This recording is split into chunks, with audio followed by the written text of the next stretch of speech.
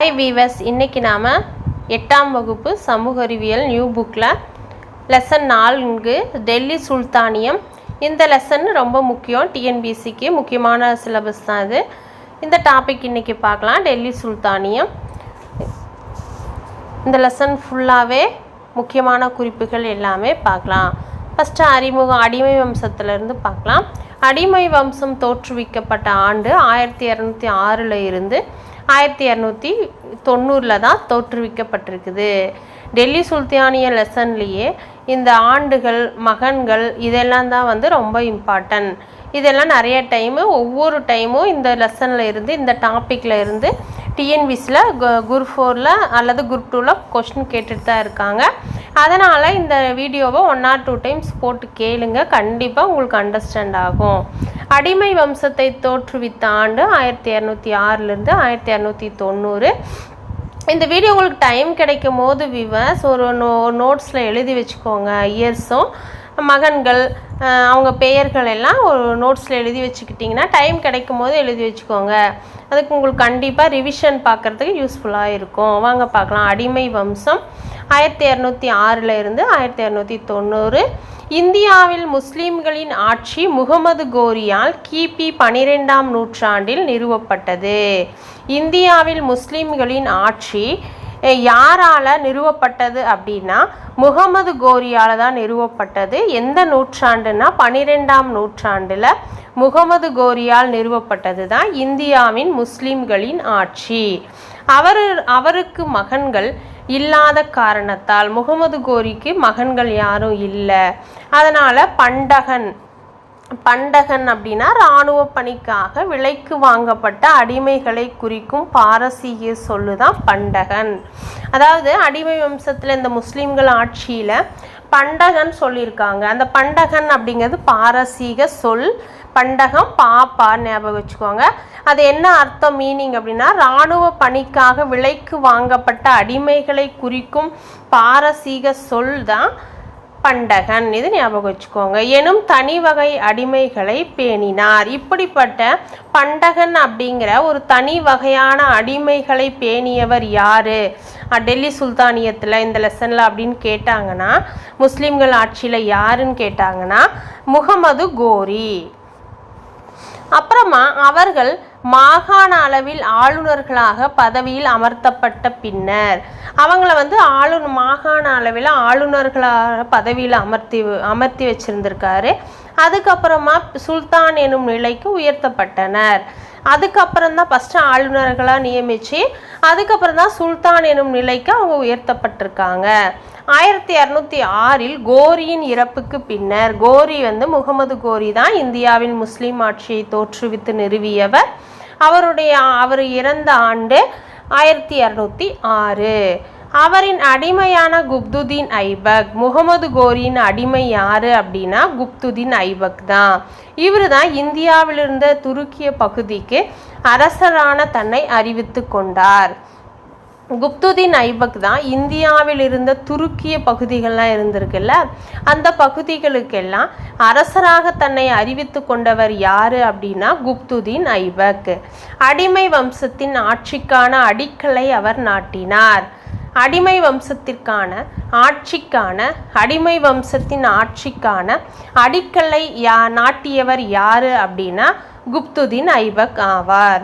இவரது மரபு மாம்லூக் அரச மரபென்றும் அழைக்கப்பட்டது. குப்துதீன் ஐபக் என்ன மரபை சார்ந்தவர் அப்படின்னா அவர் மாம்லூக் அப்படிங்கிற அரச மரபு மாம்லூக் அப்படிங்கிற அரசு மரபு தான் அழைக்கப்பட்டுச்சு. குப்துதீன் ஐபக் அப்படின்னா மாம்லூக் மரபு அப்படின்னு ஞாபகம் வச்சுக்கோங்க. மாம்லூக் எனும் அராபிய வார்த்தைக்கு அடிமை என்று பொருள்.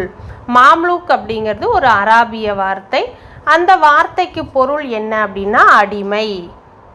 அப்புறம் குப்துதீன் ஐபக், சம்சுதீன், இல்துமிஸ், கியாசுதீன், பால்பன் ஆகிய மூவரும் இவ்வம்சத்தை சேர்ந்த 3 மாபெரும் சுல்தான்கள் ஆவார்கள்.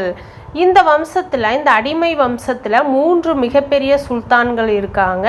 இது நம்ம ஆப்ஷனில் கூட கேட்கலாம். அந்த 3 சுல்தான்களை கொடுத்து வேறு ஏதோ ஒரு நேம் கொடுத்து கூட கரெக்டான தவறானது சூஸ் பண்ணுங்கன்னு கூட கேட்கலாம். அதனால் இந்த அடிமை வம்சத்தினுடைய முக்கியமான 3 சுல்தான்களினுடைய நேமை நல்லா ஞாபகம் வச்சுக்கோங்க.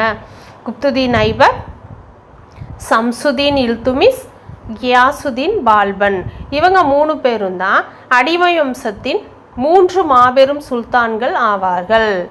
அடிமை வம்சத்தினர் இத்துணைக்கண்டத்தை 84 ஆண்டுகள் ஆட்சி செய்தனர்.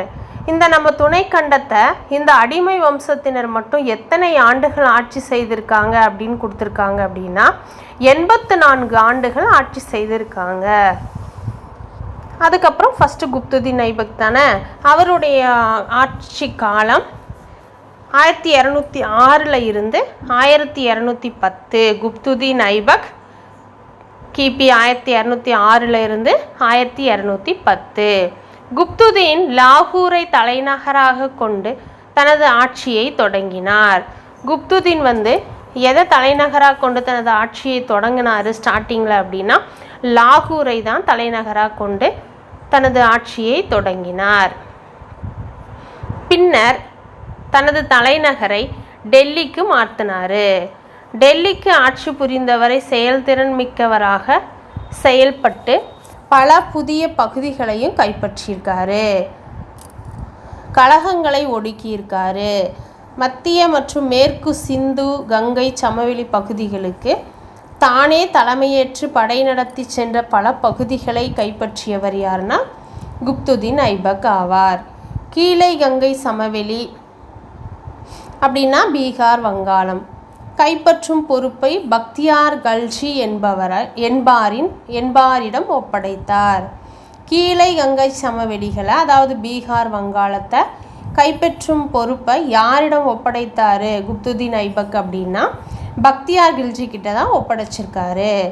அப்புறம் ஐபக் என்ன பண்ணுறாருன்னா டெல்லியில் குவத் உல் இஸ்ஸாம் மஸ்ஜித் என்னும் மசூதியை கட்டினார்.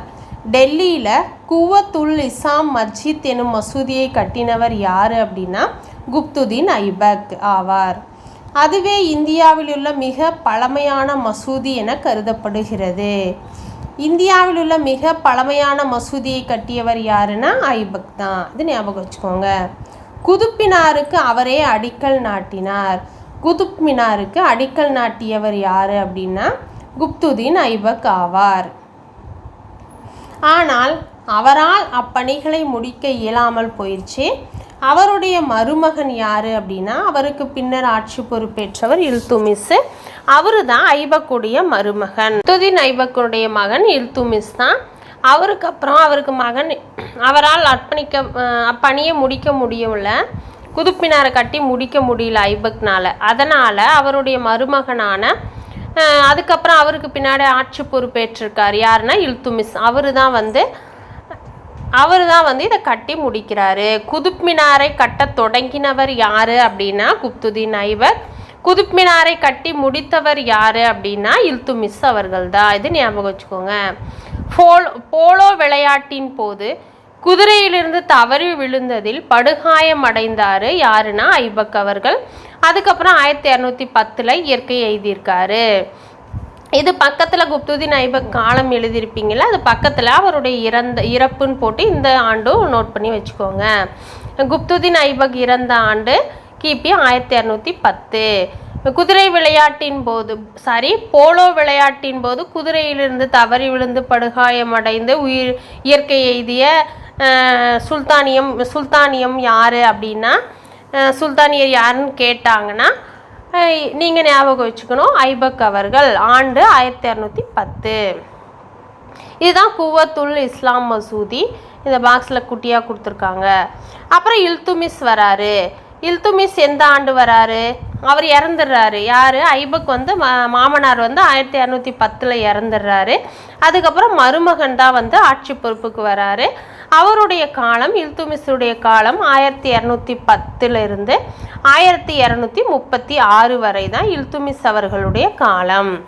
அப்புறமா ஐபக்கின் மகன் ஆரம்சா. ஐபக்குக்கு ஒரு மகன் இருந்திருக்காரு. அவர் ஏன் மருமகன் ஆட்சிக்கு வந்தாருன்னு தெரியல. இதில் இருக்குன்னு நினைக்கிறேன். ஐபக்கின் மகன் ஆரம்சா திறமையற்றவராக இருந்தார். அவர் ஆரம்சா தான் ஐபக்கின் மகன், ஞாபகம் வச்சுக்கோங்க. அந்த ஆரம்சா திறமையற்றவராக இருந்ததுனால தான் இவர் ஆட்சிக்கு வந்திருக்காருன்னு நினைக்கிறேன். எனவே துருக்கிய பிரபுக்கள் ஐபக்கின் படைத்தளபதியும் மருமகனான இல்துமிஷை சுல்தானாக தேர்வு செய்திருக்காங்க. யார் தேர்வு செய்தாங்க அப்படின்னா, மருமகனை யார் சுல்தானா தேர்வு செய்தாங்கன்னா துருக்கிய பிரபுக்களும் ஐபக் படைத்தளபதி இருந்திருக்காங்கல்ல, அவங்க எல்லாம் சேர்ந்து தான் இல்துமிஷை வந்து சுல்தானா தேர்வு செய்திருக்காங்க. ஏன் அப்படின்னா, ஆரம்சா வந்து திறமையற்றவராக இருந்திருக்காரு. திறமை இல்லாதவரை நம்ம சுல்தான் பதவி கொண்டு வந்து என்ன பண்ணுறதுன்னு சொல்லி தான் அவருடைய மருமகனை கொண்டு வந்திருக்காங்க. அப்புறம் இல்துமிஷ் கலகக்காரர்களை ஒடுக்கி ஆட்சி பகுதிகளின் மீதான தனது கட்டுப்பாட்டை உறுதியாக நிறுவினார். இவருடைய ஆட்சியின் போதுதான் மங்கோலியர்கள் செங்கிஸ்கானின் தலைமையில் இந்தியாவில் எல்லை பகுதிகளை அச்சுறுத்தினாங்க. யாருடைய தலைமையில் இந்தியாவின் எல்லை பகுதிகளை அச்சுறுத்தினாங்க அப்படின்னா, மங்கோலியர்களும் செங்கிஸ்கானின் தலைமையில் தான் அச்சுறுத்தியிருக்காங்க. யாருடைய ஆட்சி போதுன்னா, இவருடைய இல்துமிஷ் ஆட்சியின் காலத்தில். ஏற்கனவே செங்கிஸ்கானால் தோற்கடிக்கப்பட்டு விரட்டி அடிக்கப்பட்டிருந்த குவாரிஜம் ஷா ஜலாலுதீன் என்பார் இல்துமிஷிடம் அடைக்கலமும் பாதுகாப்பும் கேட்டிருந்தார். இல்துமிஷிடம் அடைக்கலமும் பாதுகாப்பும் கேட்டவர் யாரு அப்படின்னா, குவாரிஜம் ஷா ஜலாலுதீன் ஆவார். அவருடைய வேண்டுகோளை ஏற்க மறுத்ததன் மூலம் இல்துமிஷ் மங்கோலிய ஆபத்தை தவிர்த்தார்.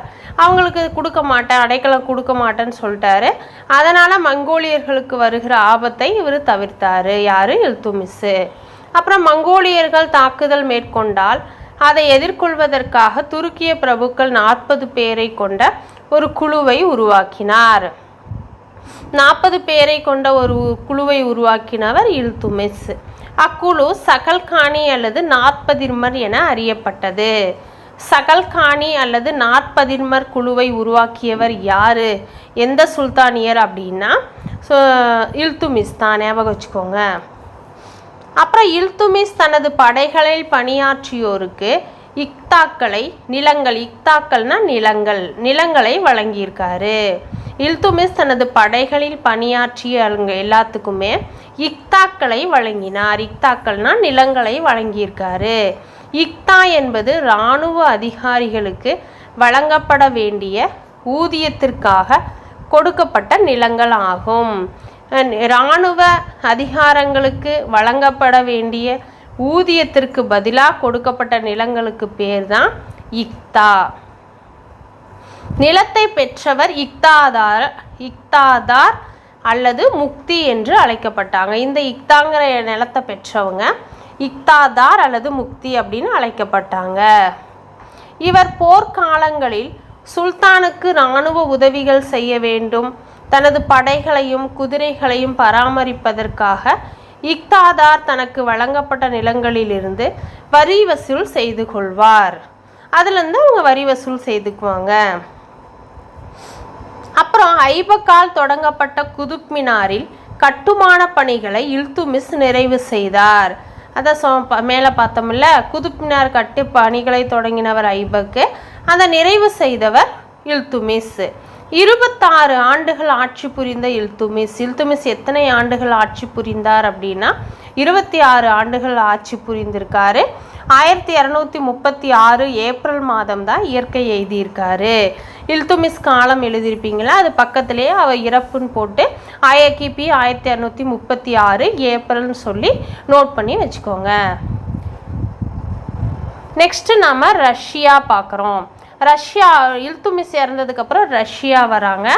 அவங்க காலம் வந்து 1236 இருந்து 1240 வரை தான் ரஷ்யாவுடைய காலம். இல்துமிஷின் திறமை வாய்ந்த மகன் ருக்குதீன் ப்ரோஸ் வந்து எனக்கு இது வாயிலே நுழைய மாட்டேங்குது, சாரி.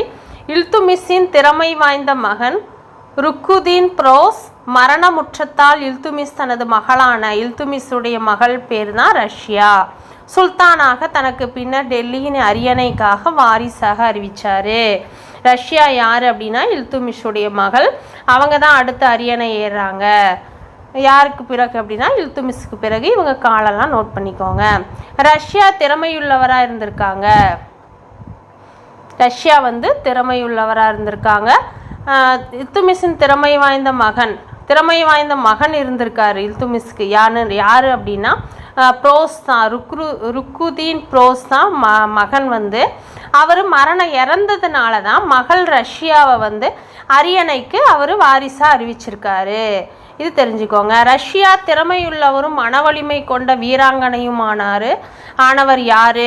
இப்போ டெல்லி சுல்தானியத்திலேயே வந்து திறமை வாய்ந்த மனவலிமை கொண்ட வீராங்கனையாக இருந்தவர் யார் அப்படின்னு கேட்டாங்கன்னா ரஷ்யா தான். யார்? இல்துமிஸுடைய மகள். அவர் துருக்கிய இனத்தை சாராத பிரபுக்களுக்கு ஆதரவாக இருந்ததால் துருக்கிய பிரபுக்களின் வெறுப்பை சம்பாதிச்சாங்க. அதே நேரத்தில் பஞ்சாபின் மீதான மூர்க்கம் நிறைந்த மங்கோலியரின் தாக்குதலையும் அவர் எதிர்கொள்ள நேர்ந்தது. அப்படி ஒரு சூழ்நிலை அமைஞ்சிச்சு அவங்களுக்கு. அப்புறம் ரஷ்யா ஜலாலுதீன் யாகூப் எனும் எத்தியோப்பிய அடிமையை தனது தனி உதவியாளராக நியமித்து அவரை பெரிதும் நம்ப தொடங்கினார். ரஷ்யா யார் தனது உதவியாளராகவும் நியமித்து ரொம்ப நம்பினாங்க அப்படின்னா ஜலாலுதீன் யாகூப். அவர் யார் அப்படின்னா எத்தியோப்பிய அடிமையாக இருந்தவர். எத்தியோப்பிய அடிமை தான் ஜலாலுதீன் யாகூப். அவங்கள தான் ரஷ்யா நம்பினாங்க. அப்போக்கு துருக்கிய பிரபுக்கள் கலகம் செய்ய காரணமாயிருச்சு. ஏன் அவங்கள நம்புகிறாங்க அப்படின்னு சொல்லி ஒரு கலகம் ஆயிடுச்சு. அவருக்கு எதிராக துருக்கிய பிரபுக்கள் செய்த சதியால் தான் 1240 ரஷ்யா கொலை செய்யப்படுறாங்க. ரஷ்யா இறக்குற ஆண்டு, கொலை செய்யப்படுற ஆண்டு எது அப்படின்னா கிபி 1240. அதுக்கப்புறம் யார் வராங்க அப்படின்னா கியாசுதீன் பால்பன் வராரு. அவருடைய காலம் 1266 இருந்து 1287 வரை கியாசுதீன் பால்பனுடைய காலம். ரஷ்யாவுக்கு பின்னர் வலிமை குன்றிய 3 சுல்தான்கள் ஆட்சி புரிந்திருக்காங்க. ரஷ்யாவோட வலிமை மிகுந்த சுல்தான்கள் ஆட்சி முடிஞ்சிருக்குன்னு சொல்ல வராங்க. அதுக்கப்புறமா வலிமை குன்றிய 3 சுல்தான்கள் தான் ஆட்சி புரிந்திருக்காங்க. யாருக்கு அப்புறம் அப்படின்னா ரஷ்யாவுக்கு அப்புறம். அவர்களுக்கு பின்னர் கியாசுதீன் பால்பன் அரசாலும் பொறுப்பேற்றிருக்காரு. நாட்பதின்மர் என்றறியப்பட்ட துருக்கிய பிரபுக்கள் குழு அவரோடு பகைமை பாராட்டியதால் அவ்வமைப்பை பால்பன் ஒழித்தார். நாட்பதின்மர் குழுவை ஒழித்தவர் யாருன்னா பால்பன். அதை கொண்டு வந்தவர் இல்துமிஸ். தனது ஆட்சிக்கு எதிராக சதி செய்வோரையும் இடையூறாக இருப்போரையும் கண்டறிய ஒற்றை துறையொன்றை நிறுவினவர் யாரு அப்படின்னா பால்பன். அரசு அதிகாரிக்கு கீழ்ப்படியாமை, எதிர்த்தல் போன்றவை கடுமையாக கையாண்டிருக்காரு. பால்பனுக்கு எதிராக கலகம் செய்தார். வங்காள மாகாண ஆளுநராக இருந்த துக்ரிகான் கைது செய்யப்பட்டு கொல்லப்பட்டிருக்காரு. ஏன்னா பால்பனுக்கு எதிராக அவர் கலகம் செஞ்சதுனால வங்காள மாகாண ஆளுநராக இருந்த துக்ரிகானை வந்து கைது செய்யப்பட்டு கொல்லப்பட்டிருக்காரு. அப்புறம் தனது எதிரிகளான மீவாட்டை சேர்ந்த மீயோக்கள், வடமேற்கு இந்தியாவை சேர்ந்த ராஜபுத்திர முஸ்லீம் இனத்தினர் தான் மீயோக்கள் போன்றோரிடம் கருணை இல்லாமல் நடந்து கொண்டார் பால்பன். இருந்த போதிலும் மங்கோலியர்களுடன் இணங்காத உறவை பராமரிப்பதில் கவனத்துடன் செயல்பட்டார். செங்கிஸ்கானின் பேரனும் ஈரானின் மங்கோலிய வைஸ்ராயுமான குலகு கான் என்பவரிடமிருந்து மங்கோலியர்கள் சட்லஜ் நதியை கடந்து படையெடுத்து வரமாட்டார்கள் எனும் உறுதிமொழியை பால்பன் பெற்றார். பாருங்க, இது ரொம்ப இம்பார்ட்டன்ட். மங்கோலிய வைஷாரியமான குலகு கான் என்பாரிடத்துல இருந்து தான் மங்கோலியர்கள் சட்லஜ் நதியை கடந்து படையெடுத்து வரமாட்டாங்க அப்படிங்கிற உறுதிமொழியை பால்பன் யாரிடம் பெற்றார் அப்படின்னா ஈரானின் மங்கோலிய வைஷாயுமான குலகு கான் என்பாரிடம் இருந்து தான் பெற்றிருக்காங்க. அவர் யார் அப்படின்னா செங்கிஸ்கானின் பேரன் குலகு கான். அப்புறம் மங்கோலியரின் தாக்குதலில் இருந்து நாட்டை பாதுகாப்பதற்காக பால்பன் பல கோட்டைகளை கட்டினார். பாரசீகத்தை சேர்ந்த புகழ்பெற்ற கவிஞரான அமீர் குஸ்ரு என்பாரை பால்பன் ஆதரித்தார். இந்திய கிளின்னு சொல்கிறோம்ல, அமீர் குஸ்ரு அவர் தான். பாரசீகத்தை சேர்ந்த புகழ்பெற்ற கவிஞர் யாருன்னா அமீர் குஸ்ரு தான். இவரை வந்து ஆதரித்தவர் யாருன்னா பால்பன். பால்பன் 1287 மரணமுற்றார். பால்பன் எந்த வருஷம் இறந்தாரு அப்படின்னா, பால்பன் காலம் எழுதியிருப்பீங்கல்ல, அந்த பக்கத்திலே இறப்புன்னு போட்டு கிபி 1287 நோட் பண்ணி வச்சுக்கோங்க. பால்பனின் மகனான கைகுபாத் திறமையற்றவராக இருந்திருக்காரு. அதுக்கப்புறம் மகன் திறமையற்றவராக இருந்திருக்காரு. பால்பனின் மகன் ஞாபகம் வச்சுக்கோங்க, கைகுபாத். அப்புறம் 1290 படைத்தளபதியாக பணியாற்றிய மாலிக் ஜலாலுதீன் கில்ஜி அரச பிரதிநிதியாக, நாயிப் அப்படின்னா அரச பிரதிநிதி, பொறுப்பேற்றிருக்காரு. எப்போ அப்படின்னா 1290 படைத்தளபதி, பால்பனுடைய படைத்தளபதியாக பணியாற்றியவர் தான் மாலிக் ஜலாலுதீன் கில்ஜி. அவர் தான் அரசு பிரதிநிதியாக பொறுப்பேற்றிருக்காரு. எந்த ஆண்டு அப்படின்னா 1290. இது பால்பனுடைய படைத்தளபதியாக பணியாற்றியவர் யாருன்னா மாலிக் ஜலாலுதீன் கில்ஜி. அவர் பொறுப்பேற்ற ஆண்டு 1290. அப்புறம் சுல்தான் கைகுபாத்தின் பெயரால் அவர் நாட்டை ஆண்டார். சுல்தான் கைகுபாத் இருக்கார்ல, அவர் பெயரில் இவர் நாட்டை ஆண்டிருக்கார் கில்ஜி. பின்னர் ஒரு நாளில் ஜலாலுதீனால் அனுப்பப்பட்ட அதிகாரி ஒருவரால் கைகுபாத் கொல்லப்பட்டிருக்காரு. அதன் பின்னர் ஜலாலுதீன் முறையான அரியணை ஏறியிருக்காரு. அவரிருந்து கில்ஜி வம்சத்தின் ஆட்சி தொடங்கியிருக்கு.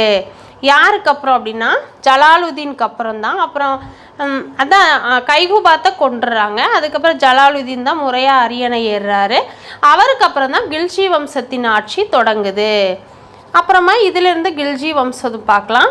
கில்ஜி வம்சம் அதுக்கப்புறம் தொடங்குது ஜலாலுதீனுக்கு அப்புறம். வீவர்ஸ், அடுத்த வீடியோவில் கில்ஜி வம்சத்துலேருந்து பார்க்கலாம். ஏன்னா இதிலேயே பார்த்தோம்னா வீடியோ லென்த்தாக போயிடும். இது சுல்தானியர்களை மட்டும் இது வரைக்கும் பார்த்தோம். நம்ம ஜலாலுதீன் வரைக்கும் பார்த்துருக்கோம். அடுத்த வீடியோவில் கில்ஜி வம்சத்தை பற்றி பார்க்கலாம். இந்த வீடியோ உங்களுக்கு பிடிச்சிருந்தா மறக்காமல் சப்ஸ்கிரைப் பண்ணுங்கள். உங்கள் விருப்பங்களை கமெண்ட் பாக்ஸில் தெரிவிங்க. நன்றி, வணக்கம்.